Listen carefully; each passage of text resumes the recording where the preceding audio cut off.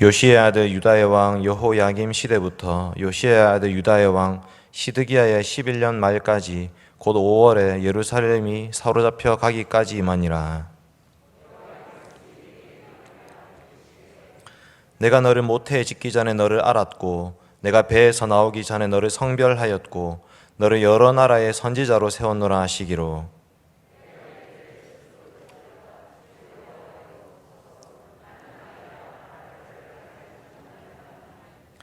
여호와께서 내게 이르시되 너는 아이라 말하지 말고 내가 너를 누구에게 보내든지 너는 가며 내가 내게 무엇을 명령하든지 너는 말할지니라.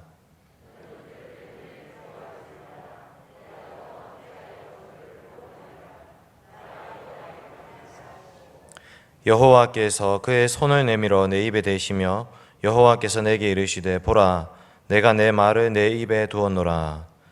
보라 내가 오늘 너를 여러 나라와 여러 왕국 위에 세워 내가 그것들을 뽑고 파괴하며 파멸하고 넘어뜨리며 건설하고 심게 하였느니라 하시니라. 아멘. 사랑하는 성도 여러분, 예레미야는 남왕국 유다의 마지막 선지자였습니다. 하나님의 거룩한 제사장 나라 그리고 하나님의 소유된 백성이라고 불렸던 그 이스라엘이 패망하고 바벨론의 포로로 끌려가는 장면을 목도해야 됐던 남유다의 마지막 선지자였습니다. 예레미야는 이 교회를 향해서 심판을 선포해야 했습니다. 그것은 너무나도 어렵고 힘든 일이었습니다. 심지어 예레미야의 나이도 어렸습니다. 17세에서 20세 정도로 추정하고 있습니다. 지금으로 치면 갓 30살 정도 된 목사님이 100년 이상 된 큰 교회 담임 목사로 부임해서 이 교회 망합니다라고 설교해야 되는 상황이었던 것입니다. 그것은 너무나도 힘들고 어려운 일이었습니다.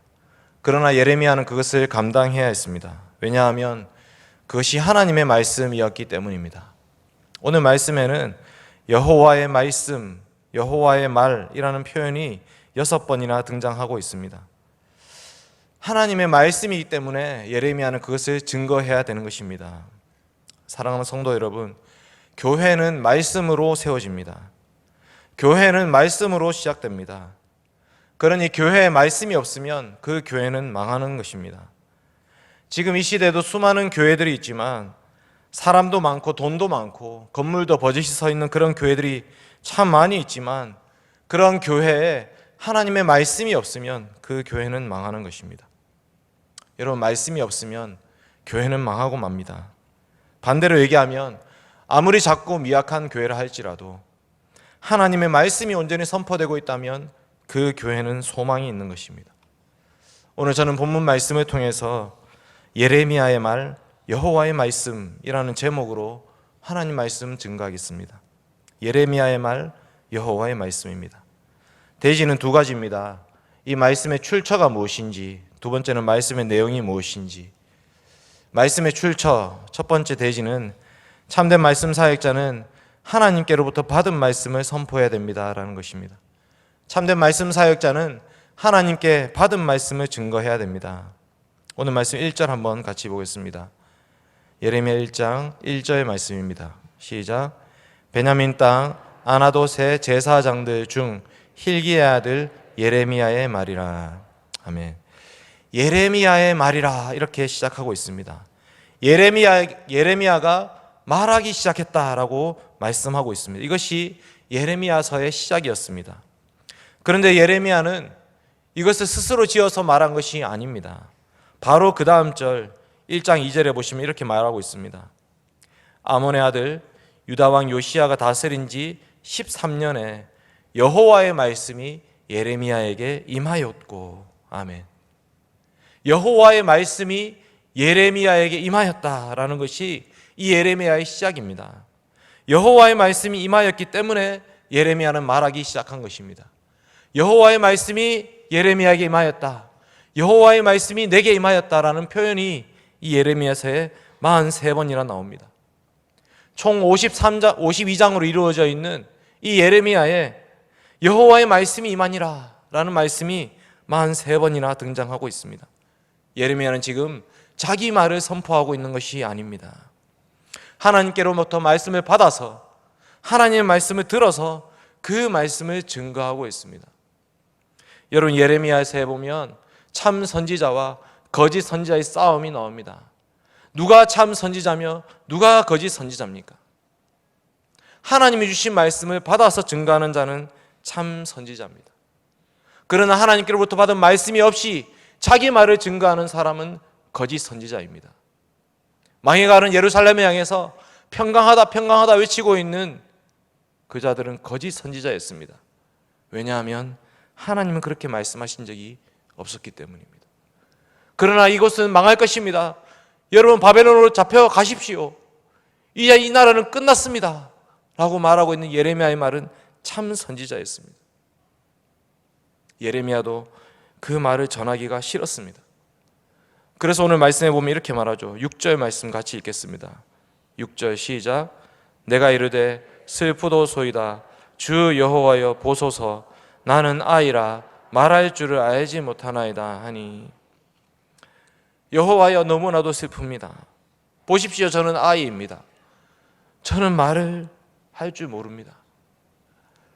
제가 어떻게 저 이스라엘 향해서, 예루살렘 향해서, 저 어르신들을 향해서 이 나라 끝났다고 말할 수가 있겠습니까? 주님, 저 못하겠습니다. 예레미야는 이 말씀 사역의 무거움 때문에 너무나도 힘겨웠습니다. 그래서 슬픕니다, 슬픕니다 라고 계속해서 외치고 있습니다. 그런 하나님 말씀하시죠. 두려워하지 말라. 두려워하지 말라. 8절 말씀입니다. 너는 그들 때문에 두려워하지 말라. 내가 너와 함께하여 너를 구원하리라. 나 여호와의 말이니라. 아멘. 아까 그 30살 정도 된 100년 된 교회가 생각나지 않습니까? 그 교회 성도들이 한 10,000명쯤 된다고 생각해 보십시오. 어떻게 말을 하겠습니까? 하루 이틀도 아니고 예레미야는 40년 동안이나 그 말씀을 선포해야 됐습니다. 40년 동안 요시야로부터 시드기야 이르기까지 왕이 5번이나 바뀌는 동안에 계속해서 이 나라 이제 망합니다. 망합니다. 망합니다. 계속 얘기해야 되는 것입니다. 온 교회가 예레미야의 설교를 듣기 싫어했습니다. 온 교회가 그 입을 다물라고 외쳤습니다. 온 교회가 저 설교는 하나님의 말씀이 아니다라고 거부했습니다. 그러나 예레미야는 외쳐야 되죠. 왜 그렇습니까? 하나님의 말씀이 임했기 때문입니다. 하나님의 말씀이 강권적으로 역사하셔서 예레미야에게 임하셔서 예레미야야, 이것이 바로 나의 말이다. 네가 이것을 좀 전해라. 하나님이 보내셨기 때문입니다. 7절 보십시오. 7절 같이 읽겠습니다. 시작.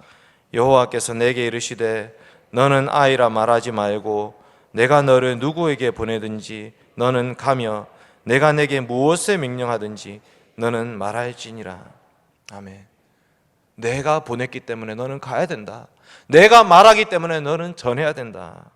너는 그들을 두려워하지 마라. 내가 너와 함께 하겠다. 그러면서 하나님이 자기 손을 내밀어서 예레미야 입에 대십니다. 9절 말씀입니다. 9절 말씀 시작. 여호와께서 그의 손을 내밀어 내 입에 대시며 여호와께서 내게 이르시되 보라 내가 내 말을 내 입에 두었노라. 아멘. 손을 내밀어서 입에 대셨습니다. 이것은 이사야 6장이 생각나는 말씀입니다. 화로다 나여 망하게 되었도다. 나는 입술이 부정한 사람이요 입술이 부정한 백성 중에 거하면서 만군의 여호와 왕을 배웠음이로다 할 때 그때 스랍 중에 하나가 핀 수술되고 이사야 입에 대어주죠. 그때는 제단 숯불을 입에 대셨는데요, 오늘 말씀에서는 여호와의 손이 예레미야 입에 대었습니다. 이것은 죄사함 의미할 뿐만 아니라 예레미야가 하는 그 말씀의 사역에 하나님의 강력한 권능이 임했음을 보여주는 말씀입니다. 하나님의 의로운 오른손이 예레미야 입을 붙들어 주겠다고 말씀하시는 것입니다. 두려워하지 말라, 놀라지 말라. 내가 나의 의로운 오른손으로 너를 붙들어 주겠다. 예레미야는 이제 말씀의 사역을 감당해야 되는 것입니다. 이제 예레미야는 말하지 않을 수가 없습니다. 예레미야의 말은 이제 예레미야의 말이 아니라 하나님의 말씀.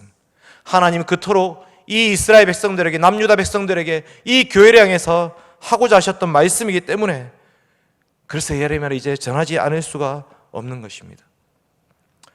여러분, 예레미야는 선지자입니다. 선지자는 기름 부음 받은 자였습니다. 구약의 메시아입니다.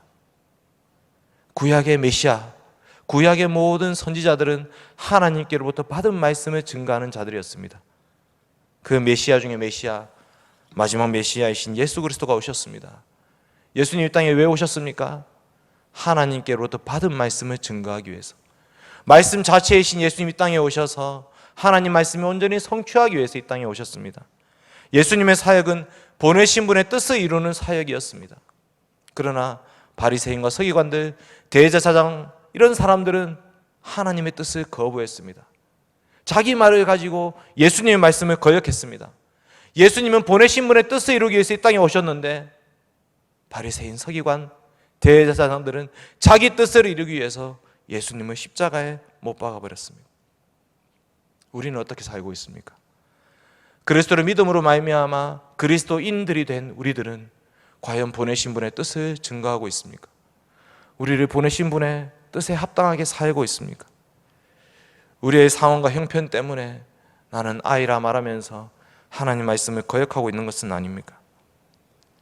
여러분, 우리가 나약하다고 해서 하나님의 말씀이 나약한 것은 아닙니다.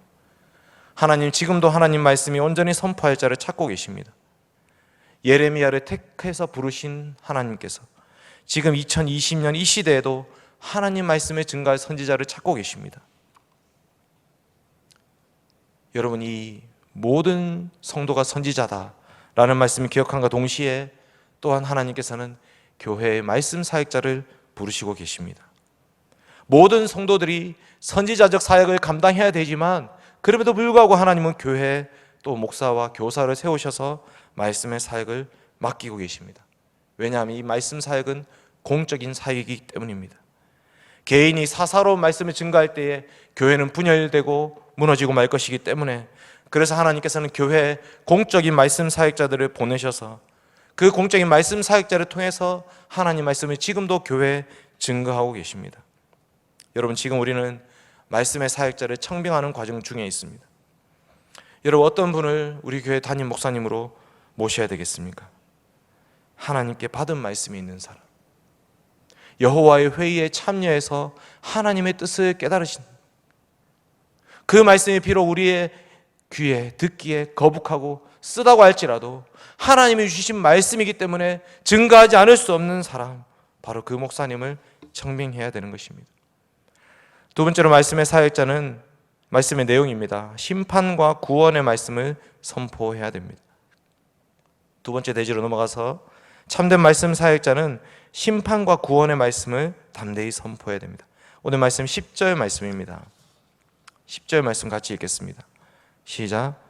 보라, 내가 오늘 너를 여러 나라와 여러 왕국 위에 세워 내가 그것들을 뽑고 파괴하며 파멸하고 넘어뜨리며 건설하고 심게 하였느니라 하시니라.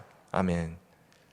여러분, 예레미야의 사명은 단지 남유다의 멸망만을 선포하는 것이 아니었습니다.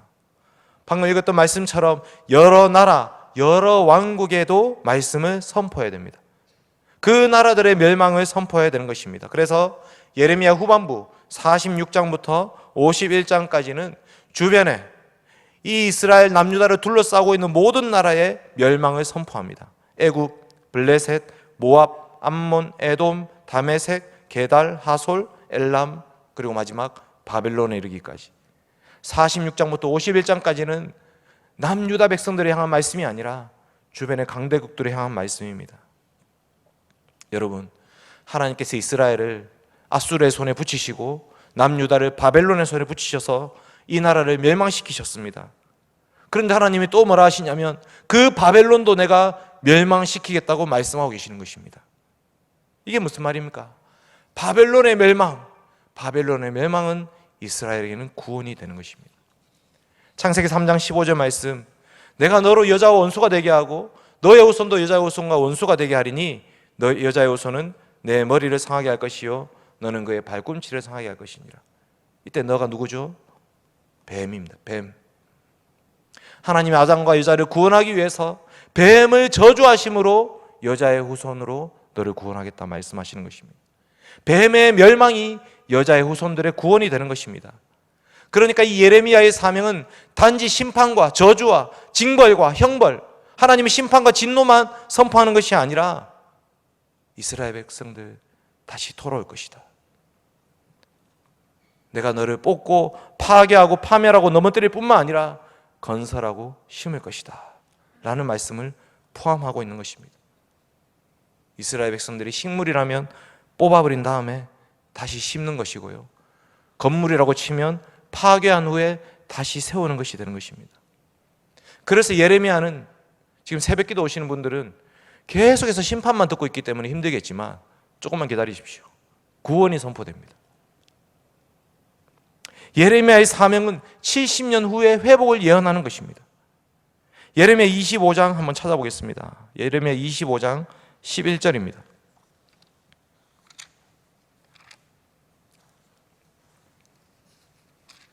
예레미야 25장 11절과 12절입니다.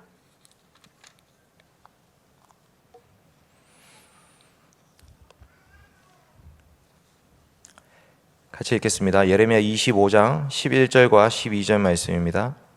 시작. 이 모든 땅이 폐허가 되어 놀랄 일이 될 것이며 이 민족들은 70년 동안 바벨론의 왕을 섬기리라. 여호와의 말씀이니라. 70년이 끝나면 내가 바벨론의 왕과 그의 나라와 갈대아인의 땅을 그 죄악으로 말미암아 벌하여 영원히 폐허가 되게 하되. 아멘. 바벨론을 70년 후에 멸망시키겠다고 말씀하시는 것입니다. 그러니 다니엘이 이 예레미야의 말을 깨닫고 나서 그 연수가 70년이 다 된 줄 알고 다니엘은 기도하기 시작했습니다. 사자굴에 넣는다 해도 기도하지 않을 수가 없었습니다. 하나님, 드디어 70년이 끝났습니다. 하나님, 우리 다시 회복시켜 주십시오. 예루살렘을 향해서 창문을 열어놓고 기도하기 시작하는 것입니다. 70년이라는 것은 문자적으로 70년을 뜻하기도 하지만 7 곱하기 10 해서 완전수를 뜻하는 것입니다. 포로에서 돌아온 이스라엘 백성들은 완전하지가 않았습니다. 그들은 돌아왔지만 또 여전히 죄 가운데 있었습니다. 이방 여자들과 또 불신 결혼했고요, 또 안식일을 어겼고요, 11조를 바치지 않았습니다. 그래서 레위인들이, 제사장들이 성막을 떠나서 밭에서 일하게 만들어버렸습니다. 죄값을 치른 이 이스라엘 백성들이 다시 또 죄 덩어리로 들어간 것입니다. 그러나 완전한 회복이 있을 것이다 라는 것이 이 70년의 예언입니다. 여러분, 완전한 회복, 죄값을 완전히 치를 때가 언제입니까? 우리 주 예수 그리스도의 십자가입니다. 여러분, 우리의 죄값은 단지 70년 동안 포로 생활한다고 해서 없어지는 것이 아닙니다. 우리의 죄악은 하늘의 하나님 향해서 지은 죄입니다. 그러니 우리의 죄값을 우리가 치를 수가 없어서 하늘의 하나님께서 아들 예수 그리스도를 보내셨습니다. 죄 없으신 예수님을 통해서만 우리의 죄는 해결될 수가 있는 것입니다. 이 70년의 회복, 이것은 예수 그리스도의 십자가를 통한 완전한 죄 사함을 말씀하고 있는 것입니다. 예레미야는 70년의 회복만 예언한 것이 아니라 예수님의 십자가를 통한 새 언약도 예언하고 있습니다. 예레미야 31장 한번 보겠습니다. 예레미야 31장 31절입니다.